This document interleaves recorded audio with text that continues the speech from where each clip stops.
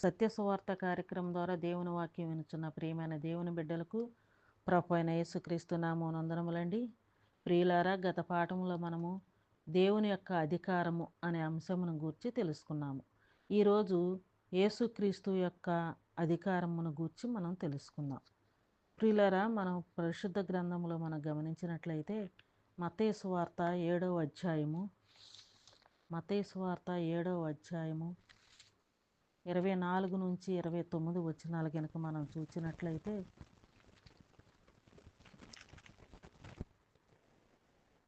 కాబట్టి ఈ నా మాటలు విని వాటి చొప్పున చేయు ప్రతివాడును బండ మీద తన ఇల్లు కట్టుకొనిన బుద్ధిమంతుని పోలియుండును.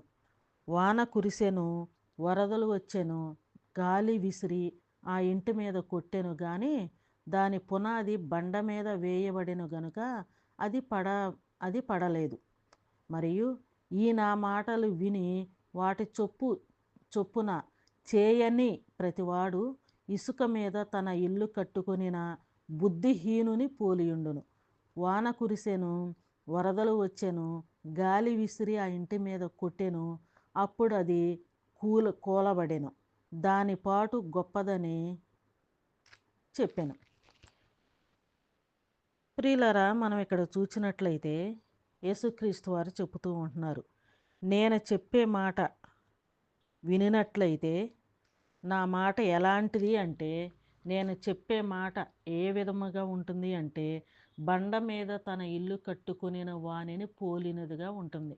బండ మీద ఇల్లు కట్టుకుని అంటే మంచి పునాది, లోతైన మంచి పునాది వేసి ఆ పునాది మీద ఇల్లు కట్టుకున్నట్లయితే ఎంత బలంగా ఉంటుందో, వాన వచ్చినా వరద వచ్చినా ఏ విధముగా పడిపోకుండా ఉంటుందో, అంత ఏ విధమైన స్థిరమైన ఇల్లుగా ఉంటుందో, నేను చెప్పే మాట వినిన ప్రతి వారు కూడా, నేను చెప్పిన మాట విని గ్రహించిన ప్రతి వారు కూడా ఆ విధమైన స్థిరమైన వారుగా ఉంటారని ఇక్కడ ప్రభువారు సెలవిచ్చుతూ ఉన్నారు. ఒకవేళ ఆయన మాటలు విని కూడా వాటి చొప్పున చేయక, ఆ వాక్యాన్ని గ్రహించక మనుషులు తన యొక్క సొంత ఆలోచనలతో చేసినట్లయితే వారి ఇసుక మీద వారి యొక్క ఇల్లు కట్టుకొనిన వానిని పోలి ఉంటుంది. ఇసుక మీద ఇల్లు కట్టుకుంటే దానికి పునాది ఉండదు కనుక గాలి వచ్చి వాన వచ్చి గాలి వచ్చినప్పుడు ఆ ఇసుకంతా కొట్టుకొని పోయిద్ది, ఇసుకంతా వాన వచ్చినప్పుడు కొట్టుకుపోయిద్ది కనుక ఆ ఇల్లు కూలిపోయిద్ది. అదే మనుషుల సొంత ఆలోచనలు అయితే ఆ విధముగా ఉంటాయి. అదే దేవుని చెప్పిన యొక్క మాటల ప్రకారం అయితే అంత స్థిరమైనవిగా ఉంటాయి అన్నమాట.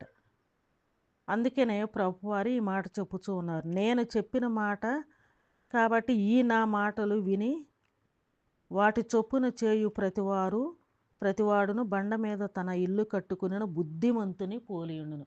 దేవుని యొక్క యేసుక్రీస్తు వారు చెప్పే మాటలు, ఆయన ఏం మాట్లాడుతున్నారో, ఆయన ఏం చెప్పనై ఉన్నారో ఆ మాటలు గనక విని వాటి చొప్పున చేయువారు ఆ విధముగా స్థిరముగా ఉంటారు అని ప్రభువారు ఈ యొక్క గ్రంథంలో మనకు తెలియజేస్తూ ఉంటున్నారు. అదేవిధంగా మత్తయి సువార్త 11వ అధ్యాయం 27వ వచనంలో కూడా మనం చూసినట్లయితే 11వ అధ్యాయం 27వ వచనంలో కూడా మనం చూసినట్లయితే సమస్తమును నా తండ్రి ఏమని చెబుతున్నాడు. ఇంతకీ ఆయన యేసుక్రీస్తు వారు ఏమని చెబుతున్నారు, నేను చెప్పే మాట వినండి, మీరు బండ మీద ఇల్లు కట్టుకుని వారిగా స్థిరముగా ఉంటారు అని చెప్తూ ఉంటున్నారు. ఇంతకు ఆయన ఏం చెప్పనై ఉన్నాడు, ఎందుకు ముందుగానే నేను చెప్పే మాట వినండి అని అంత ఖచ్చితంగా చెబుతున్నాడు? ఆయన ఏం చెప్పనై ఉన్నారు, ఆయన ఏం చెప్పబోతున్నాడు అని మనం ఆలోచించినట్లయితే మత్తయి సువార్త 11వ అధ్యాయం 27వ వచనం చూసినట్లయితే, సమస్తమును నా తండ్రి చేత నాకు అప్పగింపబడి ఉన్నది, తండ్రి గాక ఎవడును కుమారుని ఎరుగడు, కుమారుడు గాకను కుమారుడెవనికిని ఆయనను బయలుపరచనుద్దేశించునో వాడుగాకను మరి ఎవడును తండ్రిని ఎరుగడు. ప్రయాసపడి భారము మోసుకొనుచున్న సమస్త జనులారా నా యొద్దకు రండి, నేను మీకు విశ్రాంతి కలుగచేతును. ఇక్కడ ఏమంటున్నారంటే, సమస్తమును నా తండ్రి చేత అప్పగింపబడి ఉన్నది, సమస్తమును నా తండ్రి చేత నాకు అప్పగింపబడి ఉన్నది.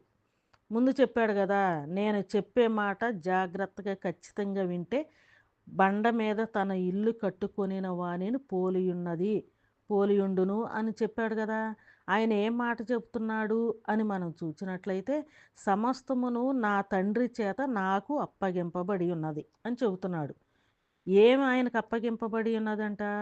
సమస్తం కూడా ఆయనకు తండ్రి చేత అప్పగింపబడి ఉన్నదంట. తండ్రిగాక ఎవడును కుమారుని ఎరుగడు. ఏమని చెప్తున్నాడు ఆయన? తండ్రే కుమారుని ఎరుగును. ఎందుకంటే ఆయన కుమారుడు ఆయనకు తెలుసు కనుకనే తండ్రియే నేనెవరినో నాకు ఆయనకు తెలుసు, కానీ నేనెవరినో మీకెవరికి తెలియదు, మీరు గ్రహించలేకపోతున్నారు అనేసని అంటున్నాడు. అదేవిధంగా కుమారుడుగాక కుమారుడు ఎవనికిని ఆయనను బయలుపరచనుద్దేశించునో వాడుగాకను మరి ఎవడును తండ్రిని ఎరుగడు. ఇక ఈ కుమారుడెవరో తండ్రికి తెలుసంట, ఆ తండ్రి ఎవరో కుమారుడికి తెలుసంట.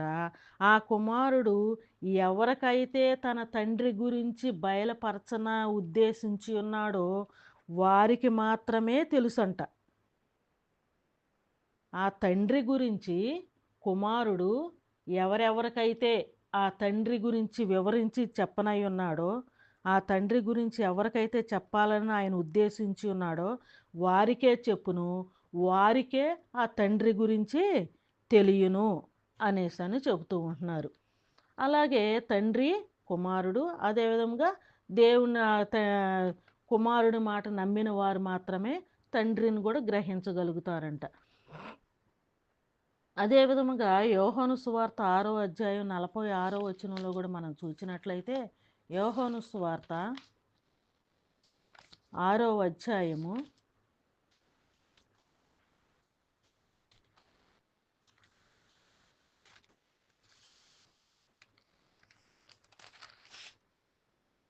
6వ అధ్యాయం 46వ వచనం కనుక మనం చూసినట్లయితే, ఇక్కడ ఏమంటున్నారు ఆయన? యేసుక్రీస్తు వారు ఏమంటున్నారు? దేవుని యొద్ద నుండి వచ్చిన వాడు తప్ప మరి ఎవడును తండ్రిని చూచి ఉండలేదు. ఈయనే తండ్రిని చూచి ఉన్నాడు. ఎవరంట? దేవుని దగ్గర నుంచి వచ్చిన వాడు మాత్రమే తండ్రిని చూశాడు, కానీ ఇంకెవ్వరూ కూడా తండ్రిని చూడలేదు. అంటే తండ్రి అయిన దేవుణ్ణి ఎవ్వరూ చూడలేదు. ఆయన దగ్గర నుంచి వచ్చాడు కనుక కుమారుడికి మాత్రమే తండ్రి గురించి తెలుసు, కానీ మిగిలిన వారు ఎవరో కూడా తండ్రి అయిన దేవుణ్ణి చూడలేదంట. అలాగే 7వ అధ్యాయం 16వ వచనంలో కూడా మనం చూసినట్లయితే, యోహాను సువార్త 7వ అధ్యాయం 16వ వచనంలో కూడా మనం చూసినట్లయితే, అందుకు యేసు, నేను చేయబో బోధ నాది కాదు, నన్ను పంపిన వానిదే. ఇక్కడ ఏమంటున్నారంటే యేసుక్రీస్తు వారు ముందేమన్నారు? ముందు నేను చెప్పే మాట జాగ్రత్తగా వినండి అనేసని అన్నారు. తర్వాత ఏమంటున్నారు? తండ్రి నేనెవరినో తండ్రికి తెలుసు, తండ్రి ఎవరో నాకు తెలుసు, ఆ తండ్రి గురించి నేను ఎవరికైతే బయలుపరచనై ఉన్నానో వారికి మాత్రమే తెలుసును అనేసని అంటున్నారు. అదేవిధముగా దేవుని దగ్గర నుంచి వచ్చిన వాడు తప్ప ఎవరు కూడా తండ్రిని చూచి ఉండలేదు. అంటే తండ్రి అయిన దేవుణ్ణి కుమారుడు మాత్రమే బయలుపరిచాడు, కుమారుడు మాత్రమే వివరించి చెప్పాడు. అంతేకాని తండ్రి అయిన దేవుణ్ణి ఎవరూ చూచి ఉండలేదు. ఆయన స్వరము ఎవరు వినలేదు, ఆయన ఎవరూ చూచి ఉండలేదు. కుమారుడైన వారు మాత్రమే ఆ తండ్రిని గురించి మనకి బయలుపరిచి ఉన్నారు అనేసని ప్రభువారు ఇక్కడ మనకు చెప్తూ ఉంటున్నారు. ఇంకేమంటున్నారంటే, అందుకు యేసు నేను చేయబోవు బోధ నాది కాదు, నన్ను పంపిన వానిదే. నేను ఏ బోధ అయితే చేయబోతున్నానో ఆ బోధ నేను ఎక్కడి నుంచి వచ్చానో ఆ తండ్రి చెప్పిన బోధన మాత్రమే నేను చేస్తున్నా. నేను చేయబోయే బోధ నా సొంత బోధ కాదు. తండ్రి యొద్ద నుంచి నేను ఏ తండ్రి యొద్ద నుంచి వచ్చానో ఆయన చెప్పిన బోధ మాత్రమే నేను చేస్తున్నాను తప్ప నాకై నేను నా సొంత బోధ ఏది కూడా నేను చేయట్లేదు అనేసని ఇక్కడ ప్రభువారు సెలవిస్తూ ఉంటున్నాడు. అదేవిధంగా యోహాను సువార్త 8వ అధ్యాయము 28వ వచనం కనుక మనం చూసినట్లయితే, యోహాను సువార్త 8వ అధ్యాయం 28వ వచనంలో కూడా మనం చూసినట్లయితే, కావున యేసు మీరు మనుష్య కుమారుని పైకెత్తినప్పుడు నేనే ఆయనననియు నా అంతటా నేను ఏమీయు చేయక తండ్రి నాకు నేర్పినట్టు ఈ సంగతులు మాటలాడుచున్నాననియు మీరు గ్రహింతురు. అప్పుడు నేను ఎప్పుడైతే కుమారుడు పైకి ఎత్తబడతాడో, అంటే ఎప్పుడైతే యేసుక్రీస్తు వారు చనిపోయి తిరిగి లేచి మరలా ఆరోహణం అవుతాడో అప్పుడు మీరందరూ గ్రహిస్తారు. ఏమని? నేనే ఆయనననియు నా అంతట నేను ఏమీ చేయక తండ్రి నాకు నేర్పినట్టు ఈ సంగతులు మాట్లాడుచున్నానని మీరు గ్రహించెదరు. అప్పుడు నేను ఎప్పుడైతే చనిపోయి తిరిగి లేచి ఆరోహణం అవుతానో అప్పుడు మీరు నన్ను గ్రహిస్తారు. ఇప్పుడు వరకు నేను చేసి ఉన్నవన్నీ కూడా నా అంతట నేను చేయలేదు.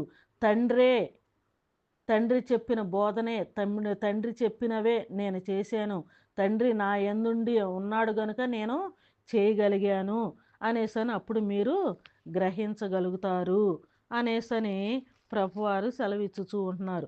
అదేవిధంగా మత్తయి సువార్త 17వ అధ్యాయంలో కూడా మనం చూసినట్లయితే, మత్తయి సువార్త 17వ అధ్యాయము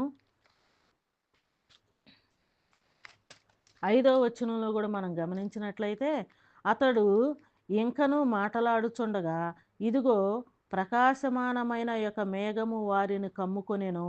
ఇదిగో ఈయన నా ప్రియ కుమారుడు, ఈయన యందు నేను ఆనందించుచున్నాను, ఈయన మాట వినుడని ఒక శబ్దము ఆ మేఘములో నుండి పుట్టెను. ఇక్కడ చూసినట్లయితే అక్కడ తండ్రి అయిన దేవుడు మాట్లాడుతూ ఉంటున్నారు.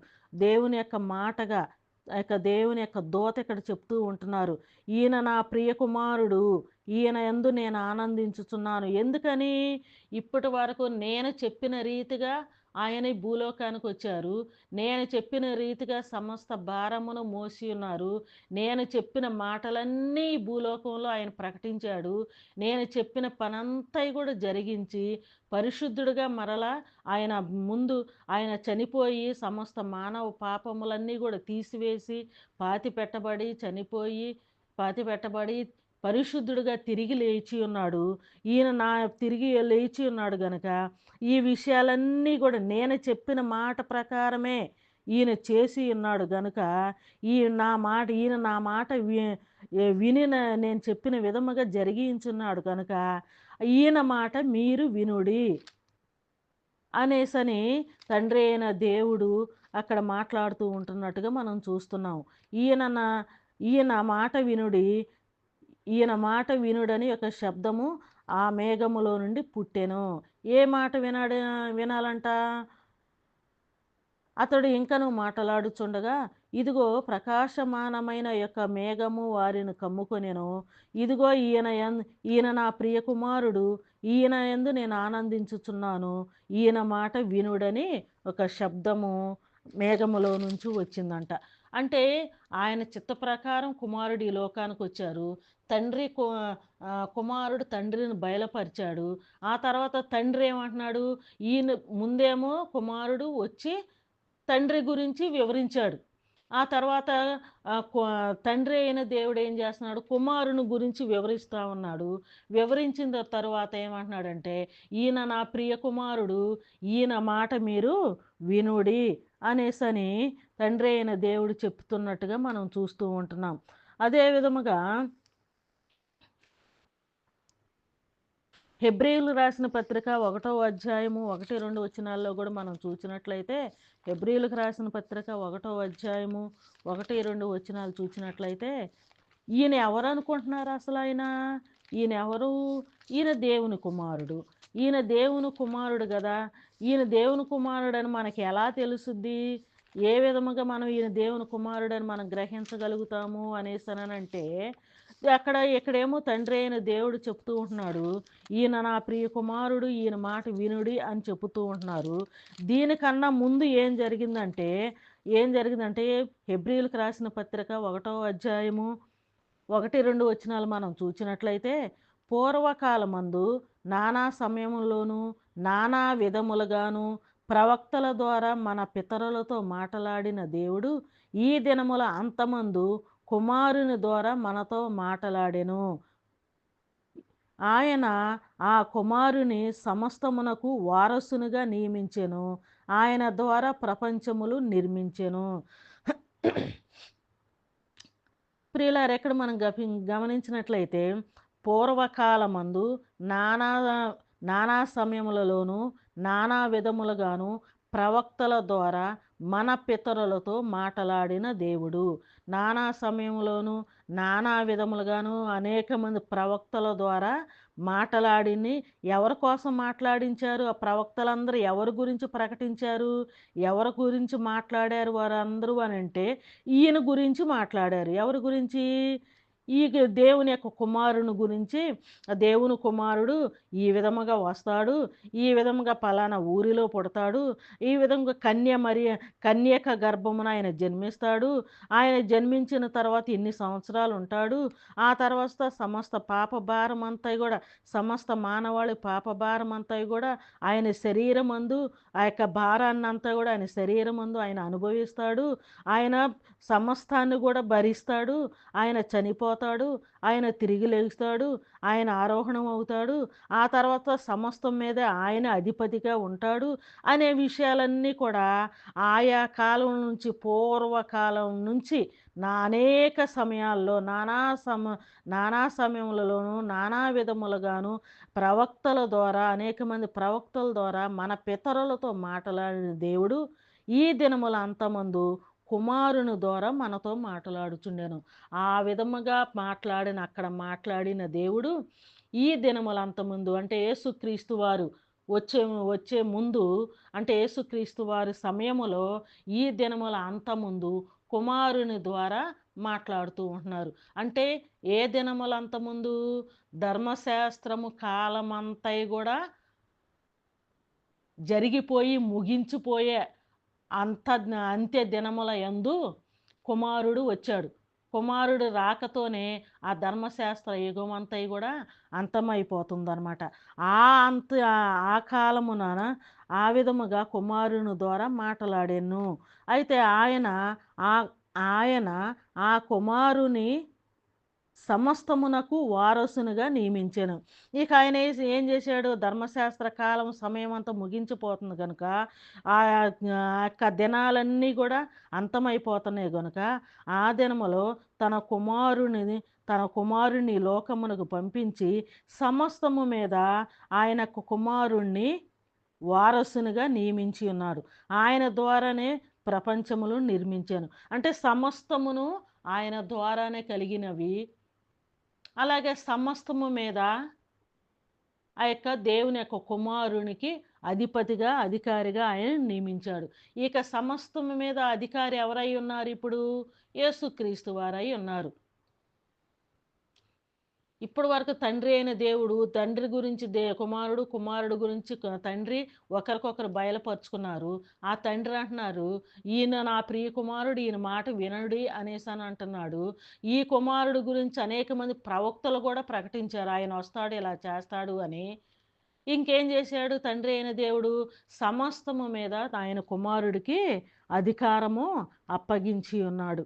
అదేవిధంగా మత్తయి సువార్త 28వ అధ్యాయంలో కూడా మనం చూసినట్లయితే, మత్తయి సువార్త 28వ అధ్యాయము 18వ వచనం మనం చూద్దామండి.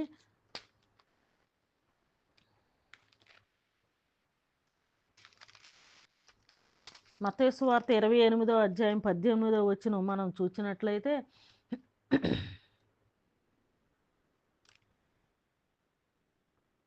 అయితే యేసు వారి యొద్దకు వచ్చి, పరలోకమందును భూమి మీదను నాకు సర్వాధికారము ఇయ్యబడి ఉన్నది. ఇక ప్రభువారు ఏమంటున్నారు? యేసుక్రీస్తు వారు తండ్రి అయిన దేవుడిచ్చేశాడు కదా, ఈయన ఈ సమస్తం మీద అధికారిగా నియమిస్తున్నాను అన్నాడు కదా.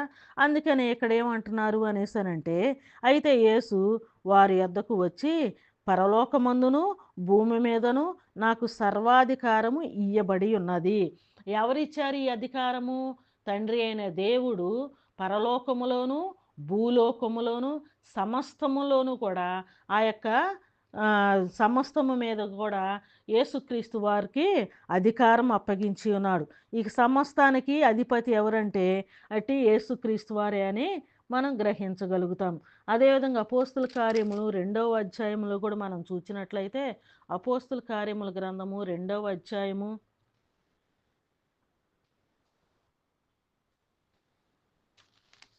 అపోస్తుల కార్యము గ్రంథం 2వ అధ్యాయం 36వ వచనంలో మనం చూసినట్లయితే, మీరు సిలువ వేసిన ఈ యేసునే దేవుడు ప్రభువుగాను క్రీస్తుగాను నియమించెను. ఇది ఇశ్రాయేలీల వంశమంతయు కూడా రూఢిగా తెలుసుకొనవలెనని చెప్పాను. మీరు సిలువ వేసిన ఈ యేసునే, అక్కడ ఆయన వచ్చారు చెప్పారు. అలాగే మరలా ఏమని చెప్తున్నారంటే, మీరందరూ సమస్త మానవాళ్ళు, అక్కడున్న మానవాళ్ళందరూ కూడా సిలువ వేశారు కదా, మీరు సిలువ ఏ యేసునైతే మీరు సిలువ వేశారో ఆ యేసునే దేవుడు, తండ్రి అయిన దేవుడు ప్రభువుగాను క్రీస్తుగాను నియమించి ఉన్నాడు. మీ అందరి మీద ప్రభువుగాను క్రీస్తుగాను నియమించి ఉన్నాడు. క్రీస్తు అంటే అర్థం ఏంటి? క్రీస్తు అను శబ్దమునకు అభిషక్తుడని అర్థము. అభిషక్తుడంటే అభిషేకింపబడిన వారు. ఎవరి చేత అభిషేకింపబడ్డారు? ఆయన తండ్రి అయిన దేవుని చేత అభిషేకింపబడి ఉన్నారు. ఏమని అభిషేకించి ఉన్నాడు? సమస్తం మీద, పరలోకములోను భూలోకమును సమస్తము మీద అధికారం ఇచ్చి ఆయనను అభిషేకించి పట్టాభిషేకము చేసి ఆయనను రాజుగా నియమించి ఉన్నారు. ప్రభులు వారు అనగా ప్రభు అన్న రాజు అన్న ఒకటే, క్రీస్తు అన్న అభిషక్తుడన్న ఒకటే. క్రీస్తుని అభిషేకించి పట్టాభిషేకము చేసి ఆయనను రాజుగా చేసి ప్రభువుగా చేసి సమస్తము మీద ఆయనను అధిపతిగా, తండ్రి అయిన దేవుడే అధిపతిగా నియమించినట్లుగా మనం చూస్తూ ఉంటున్నాం. అదేవిధంగా అపోస్తుల కార్యము 4వ అధ్యాయము 12వ వచనంలో కూడా మనం చూసినట్లయితే, అపోస్తుల కార్యముల గ్రంథము 4వ అధ్యాయము 12వ వచనంలో మనం చూసినట్లయితే, మరి ఎవని వలనను రక్షణ కలుగదు, ఈ నామమునే మనము రక్షణ పొందవలెను గాని ఆకాశము కింద మనుషులలో ఇయ్యబడిన మరి ఏ నామమును రక్షణ పొందలేము అనేను. ఇక్కడ ఏమంటున్నారంటే, ఎవరి నామమున కూడా రక్షణ అనేది లేదు.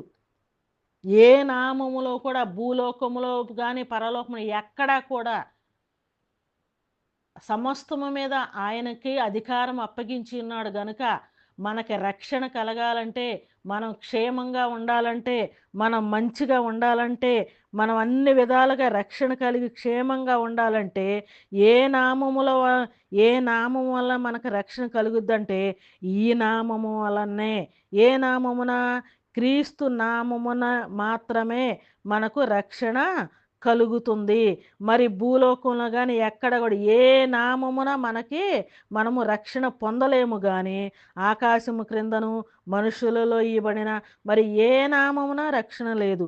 క్రీస్తు నామంలో మాత్రమే మనం రక్షింపబడగలుగుతాం. ఎందుకంటే సమస్త సృష్టి మీద ఆయనకి తండ్రి అయిన దేవుడు, సృష్టికర్త అయిన దేవుడు సమస్తము మీద ఆయనకే, ప్రభువారికి, క్రీస్తు వారికి అధికారం అప్పగించి ఉన్నారు. ఎందుకు ఆయనకి మాత్రమే ఎందుకు అప్పగించి ఉన్నారు? ఆయనకే ఎందుకు అప్పగించారు అంటే ఆయన మాత్రమే ఈ లోకానికి వచ్చారు. ఆయన మాత్రమే సమస్త భూలోకములో ఉన్న సమస్త మానవాళ్ళు తెలిసో తెలియక చేసిన పాపము, శాపము, తప్పులన్నిటికీ కూడా ప్రతి ఒక్కరు కూడా వారు చేసిన ప్రతి దానికి అనుభవించవలసిన వారై ఉన్నారు. మంచి చేస్తే మంచి అనుభవించవలసిన వారై ఉన్నారు, చెడు చేస్తే చెడు అనుభవించవలసిన వారై ఉన్నారు. మంచిగా ఉన్న వాళ్ళైతే ఇబ్బంది లేదు. కానీ సమస్త అయిన దేవుడు చెప్తూ ఉన్నాడు, ఒక్కడునూ లేదు, నీతిమంతుడు లేడు, ఒక్కడునూ లేడు అనేసి అని అన్నారు. ఈ విధముగా నీతిమంతుడు ఒక్కడు కూడా లేని ఈ భూలోకములోనికి యేసుక్రీస్తు వారు ఈ లోకానికి వచ్చారు. ఈ నీతిమంతుగా ఎవ్వరూ లేరు కనుక అందరూ త్రోవ తప్పి పాపము చేసి ఉన్నారు కనుక వీరందరూ పాపమునకు తగిన శిక్ష మరణము. పాపమునకు తగిన శిక్ష మరణము. సమస్త మానవాళ్ళు కూడా పాపములు చేసి మరణానికి అర్హులుగా ఉన్నారు. మరణం పొందటానికి వాళ్ళు సిద్ధముగా ఉన్నారు. నరకము అనుభవించటానికి వాళ్ళు సిద్ధముగా ఉన్నారు. వీరిని రక్షించాలంటే మరి ఏ నామమును కూడా రక్షణ లేదు. ఈ సమస్త మానవాళి పాప భారానికి తగిన ఫలితము, తగిన మూల్యము వాళ్ళు పొందవలసిన వారై ఉన్నారు, అనుభవించవలసిన వారై ఉన్నారు. నిజముగా ఆ యొక్క పాపములకు, మనం చేసిన పాపములకు మనమైతే శిక్షను మనం తట్టుకోలేము, మనం భరించలేము.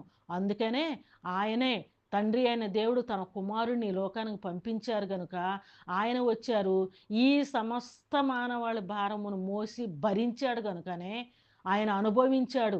ఆ శిక్ష అంతా కూడా ఆయన శరీరమందు, ఆయన శరీరమంతా కూడా నలగొట్టబడి, ఆయనకు పాపమునకు తగిన శిక్ష శరీరమంతా కూడా నలగొట్టబడి, ఆ పాపమునకు తగిన శిక్ష ఆయన రక్తమంతయు ఆఖరి బొట్టు వరకు కార్చబడినది గనుక ఆ విధముగా భరించాడు గనుక మనందరి పాపములు కూడా ఆయన భరించి తీసివేశాడు గనుక ఆయన మాత్రమే సమస్తము మీద అధిపతిగా నరుహుడు. ఆయన మాత్రమే భూలోకములో కానీ పరలోకములో సమస్తము మీద అధికారముగా ఉండటానికి ఆయన మాత్రమే అర్హుడు. మరి ఇంకెవరో కూడా అలాంటి త్యాగం చేసిన వారు మరి ఏ ప్రాణి లేదు. ఎవడునూ కూడా ఇంత త్యాగం చేసిన వారు ఎవ్వరూ కూడా లేరు గనుక ఈయన మాత్రమే అంత త్యాగం చేసి మనకి రక్షణను కలుగు చేశాడు గనుక ఈయన ద్వారానే మనకి రక్షణ తప్ప మరి ఏ నామమును రక్షణ లేదు గనుక ఈయన మాత్రమే సమస్తము మీద అధిపతి అయి అధికారి అయి ఉన్నారు. అదే విధముగా అదే అపోస్తుల కార్యముల గ్రంథము 10వ అధ్యాయము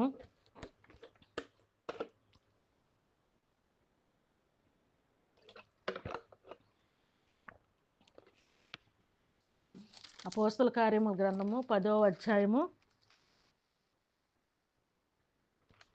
36వ వచనంలో మనం చూసినట్లయితే యేసుక్రీస్తు అందరికీ ప్రభు, ఆయన ద్వారా దేవుడు సమాధానకరమైన సువార్తను ప్రకటించి ఇశ్రాయేలీయులకు పంపిన వర్తమానమును మీరెరుగుదురు. ఇక్కడ ఏమంటున్నారంటే యేసుక్రీస్తు వారు అందరికీ ప్రభు అంటే రాజు. ఇక ఆయనకి మించిన వారు ఎవరో లేరు, ఎవరో అర్హులు కారు. అంత త్యాగం చేసిన వారు ఎవరో లేరు. ఆయన మాత్రమే త్యాగం చేశారు గనుక ఆయనే అర్హుడు. అందుకనే యేసుక్రీస్తు వారు అందరికీ ప్రభు, సమస్త మానవాళికి కూడా అందరికీ ప్రభు. అదే విధముగా ఫిలిప్పీయులకు రాసిన పత్రిక 2వ అధ్యాయంలో కూడా మనం చూసినట్లయితే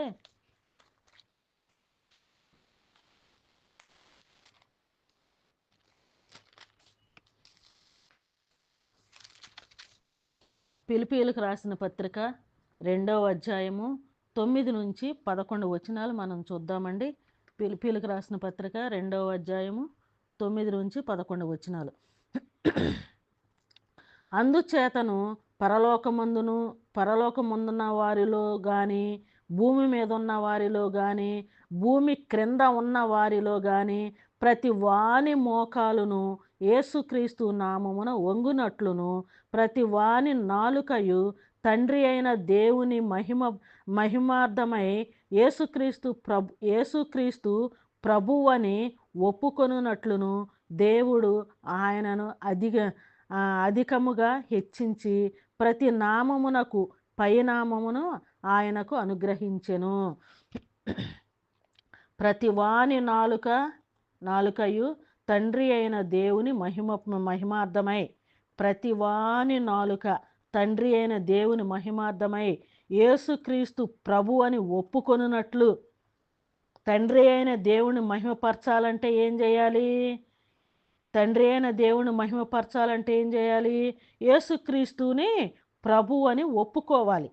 ఎందుకంటే ఆయనకి మించిన వారు ఎవరూ లేరు. తండ్రి అయిన దేవుడు మహిమ పొందాలి అంటే యేసుక్రీస్తుని ప్రభు అని అందరూ కూడా ఒప్పుకోవాలి. దేవుడు ఆయనను అధికముగా హెచ్చించి ప్రతి నామమునకు పైనామమున ఆయనకు అనుగ్రహించెను. ఇక ఆయన ఏం చేశాడు, తండ్రి అయిన దేవుడు ఏం చేశాడంటే ఆయనను మహిమపరిచి యేసుక్రీస్తు ప్రభువు అని ఒప్పుకొనున్నట్లు దేవుడు ఆయనను అధికముగా హెచ్చించాడు. ఎవరిని అధికముగా హెచ్చించాడు? యేసుక్రీస్తు వారిని అధికముగా హెచ్చించి ప్రతి నామమునకు పైనామమున ఆయనను అనుగ్రహించాను. ఆయన కన్నా ఇక పైనామం ఎక్కడ ఏది కూడా లేదు. అన్నిటికన్నా అందరికన్నా పైనామమును ఆయనకి అనుగ్రహించి ఉన్నాడు. అదేవిధంగా ఎఫెసీయులకు రాసిన పత్రిక కూడా మనం చూసినట్లయితే ఎఫెసీయులకు రాసిన పత్రిక 1వ అధ్యాయం 20 నుంచి 23 వచనాలు మనం చూద్దాం. ఎఫెసీయులకు రాసిన పత్రిక 1వ అధ్యాయము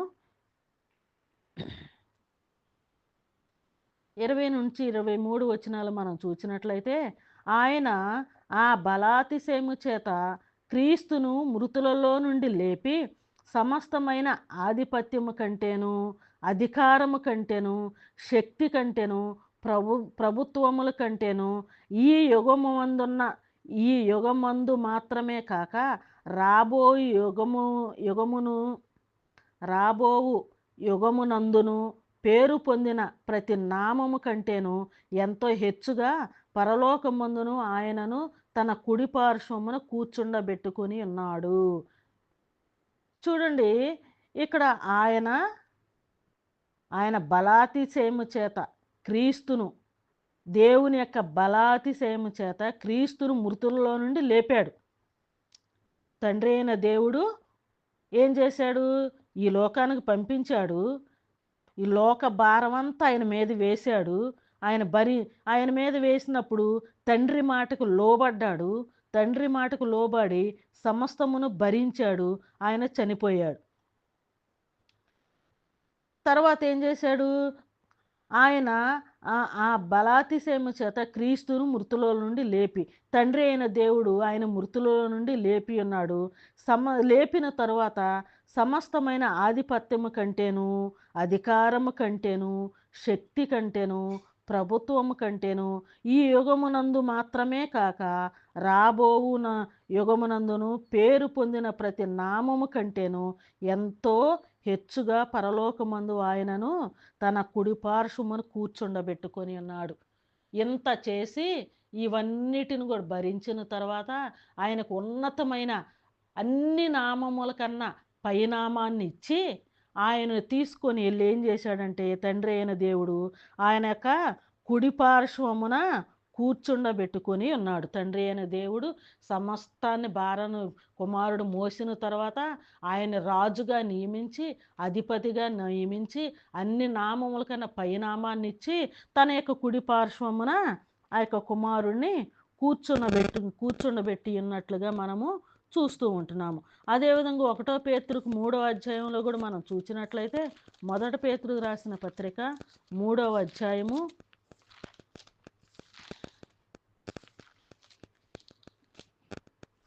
1 పేతురు రాసిన పత్రిక 3వ అధ్యాయం 22వ వచనంలో మనం గమనించినట్లయితే ఆయన పరలోకమునకును వెళ్ళి దూతల మీదను అధికారుల మీదను శక్తుల మీదలను అధికారము పొందినవాడై దేవుని కుడి పార్శ్వమున కూర్చుని ఉన్నాడు. ఆయన ఎవరు? యేసుక్రీస్తు వారు. యేసుక్రీస్తు వారు ఎక్కడికి వెళ్ళారు? పరలోకానికి వెళ్ళాడు. వెళ్ళి దూతల మీదను అధికారుల మీదను శక్తుల మీదను అన్నిటి మీద అధికారమును పొంది దేవుని కుడి పార్శ్వమున కూర్చుని ఉన్నాడు. భూలోకంలో అన్నిటికన్నా పైనామాన్ని పొందుకున్నాడు. పరలోకమునకెళ్ళి అందరి మీద అధికారం పొందుకున్నాడు. తండ్రి అయిన దేవుని యొక్క కుడి పార్శ్వమున ఆయన కూర్చుని ఉన్నాడంట. ఇంకా ప్రకటన గ్రంథం 17వ అధ్యాయంలో కూడా మనం చూసినట్లయితే ప్రకటన గ్రంథము 17వ అధ్యాయము 14వ వచనంలో కూడా మనం గమనించినట్లయితే వీరు గొర్రెపిల్లతో యుద్ధము చేయుదురు గాని గొర్రెపిల్ల ప్రభువులకు ప్రభువును రాజులకు రాజునై ఉన్నందున తనతో కూడా ఉండిన వారు పిలువబడిన వారై ఏర్పరచబడిన వారై నమ్మకమైన వారై ఉన్నందున ఆయన ఆ రాజులను జయించును. ఇక్కడ చూచినట్లయితే వీరు గొర్రె పిల్లతో యుద్ధము చేతురు గాని గొర్రె పిల్ల ప్రభువులకు ప్రభు రాజులకు రాజు అయినందున ఆయన మీద గెలవలేకపోతున్నారు.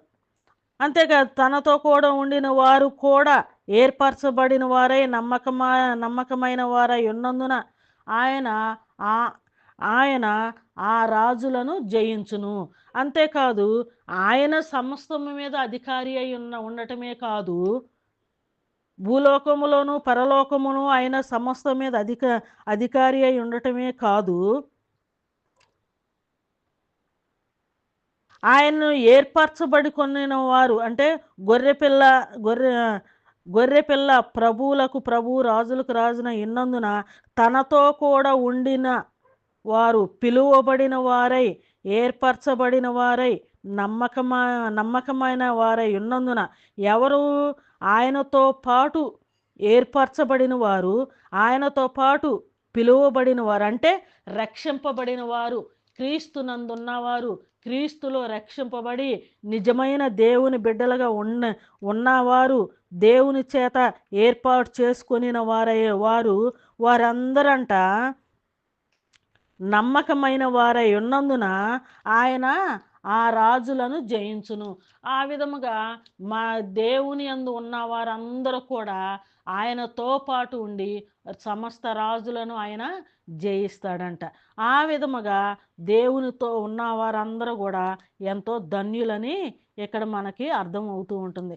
19వ అధ్యాయము ప్రకటన గ్రంథం 19వ అధ్యాయము 16వ వచనంలో కూడా మనం చూసినట్లయితే రాజులకు రాజును ప్రభువులకు ప్రభువును అను నామమును ఆయన వస్త్రము మీదను తొడల మీదను వ్రాయబడి ఉన్నది.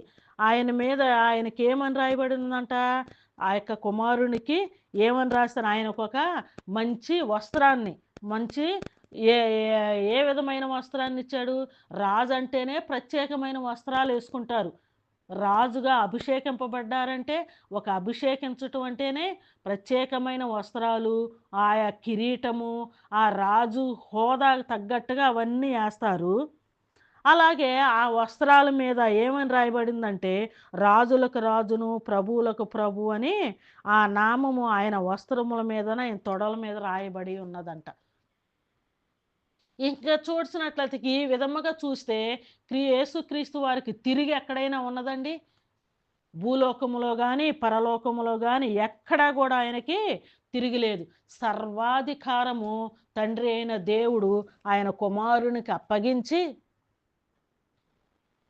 రక్షింపబడిన వారందరూ, క్రీస్తునందు ఉన్న వారందరిని కూడా ఆయన రాజ్య నివాసులుగా చేసుకొని తన కుమారుడు తన కుడిపార్శ్వమును ఏ విధముగా కూర్చుని ఉన్నాడో క్రీస్తునందున్న వారందరూ కూడా ఆ విధముగా క్రీస్తు యొక్క రాజ్యములో పరలోకములో దేవుని యొక్క సమూహములో ఎంతో ఆనందంతో సంతోషముతో ఉంటారంట. ఎందుకు అసలు యేసుక్రీస్తు వారు ఈ లోకానికి వచ్చారు? ఎందుకు యేసుక్రీస్తు వారు ఈ లోకానికి వచ్చారు అని అంటే మనల్ని అందరినీ రక్షించటం కోసం వచ్చారు. ఆయన రాజు ఎవరి మీద రాజుగా ఉన్నారు? ఆయనకు అంతగా సర్వాధికారం ఎందుకు ఇవ్వబడింది అనేసనంటే మనల్ందరిని రక్షించుకుంటున్నాడు గనుక, రక్షింపబడిన వారందరి మీద ఆయన అధికారిగా ఉంటున్నారు గనుక, సమస్తము మీద ఆయన అధికారిగా నియమించి ఉన్నారు. అందరినీ మార్చగలడు, అందరినీ రక్షిస్తాడు, అందరినీ ఆయనతో పాటు తీసుకెళ్తాడు, అందరినీ ఆ యొక్క పరలోక రాజ్యములో తనతో పాటు నివసించేలాగా ఏర్పాటు చేస్తాడు గనుక ఆయనకి అట్టి సర్వాధికారము ఇయ్యబడి ఉన్నది. రక్షింపబడటం కోసమే ఆయన చేయవలసిన త్యాగాన్ని చేశాడు. ఆ తర్వాత ఆయన రెండవ రాకడలో వచ్చి రక్షింపబడిన వారందరినీ తీసుకొని వెళ్ళి ఆయన యొక్క సమ్ముఖంలో ఉంచుతాడనమాట.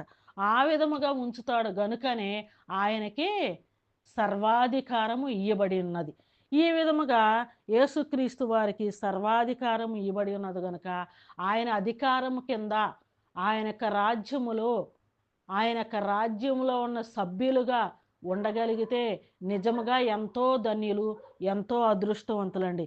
ఆ విధమైన దేవుని యొక్క రాజ్యములో, క్రీస్తు యొక్క రాజ్యములో ఇంకా ఎవరైనా ఉండలేకపోతే ఇంకను ప్రతి ఒక్కరు కూడా క్రీస్తు యొక్క రాజ్యములో సభ్యులుగా ఉండి, ఆయన యొక్క రాజ్య నివాసులుగా ఉండి, ఆయన యొక్క నామమున ప్రార్థన చేసుకుంటూ, క్రీస్తు యొక్క రక్తములో కడగబడి, ఆయన రాజ్య నివాసులుగా ఉండి, ఆయన రెండవ రాకడలో వచ్చినప్పుడు ఆయనతో పాటు ఎత్తబడి, ఆ యొక్క పరలోక రాజ్యములో ఆయనతో పాటు సంతోషించి ఆనందించాలని ఎవరికైనా అట్టి కోరిక ఉంటే దేవుని యొక్క మాటలు ఖచ్చితంగా వినాలి.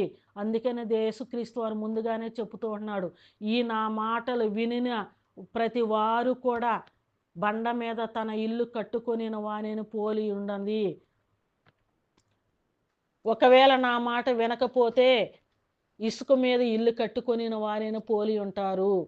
బండ మీద ఇల్లు కట్టుకొనినట్లయితే స్థిరంగా ఉంటారు. ఇసుక మీద ఇల్లు కట్టుకుంటే గనక వానలు వరదలు వచ్చి కొట్టుకొని పోతారు. అందుకని నా మాట వినుడి. నన్ను తండ్రి అయిన దేవుడి లోకానికి పంపించాడు. నన్ను తండ్రి అయిన దేవుడి ఈ లోకానికి ఏ ఉద్దేశంతోనైతే పంపించాడో ఆయన యొక్క ఉద్దేశాన్ని నేను నెరవేర్చాను కాబట్టి తండ్రి అయిన దేవుడు నాకు సర్వం మీద అధికారాన్ని నాకు అప్పగించి ఉన్నాడు. అందుకని మీరందరూ నా అధికారం కింద వస్తే నాతో పాటు మీరు కూడా నిత్య రాజ్యములో ఎంతో ఆనందం, శాశ్వతమైన ఆనందాన్ని పొందుకోగలుగుతారు. ఆ విధంగా ప్రతి ఒక్కరు కూడా క్రీస్తు యొక్క రాజ్యములో, క్రీస్తు యొక్క సంఘ సభ్యులుగా ప్రతి ఒక్కరు కూడా ఉండవలసినదిగా ప్రతి ఒక్కరిని కూడా మనవి చేస్తూ ఈ నా మాటలు ముగిస్తూ ఉన్నానండి. షేర్ చేయండి, సబ్స్క్రైబ్ చేయండి, లైక్ చేయండి. అందరికీ వందనములు.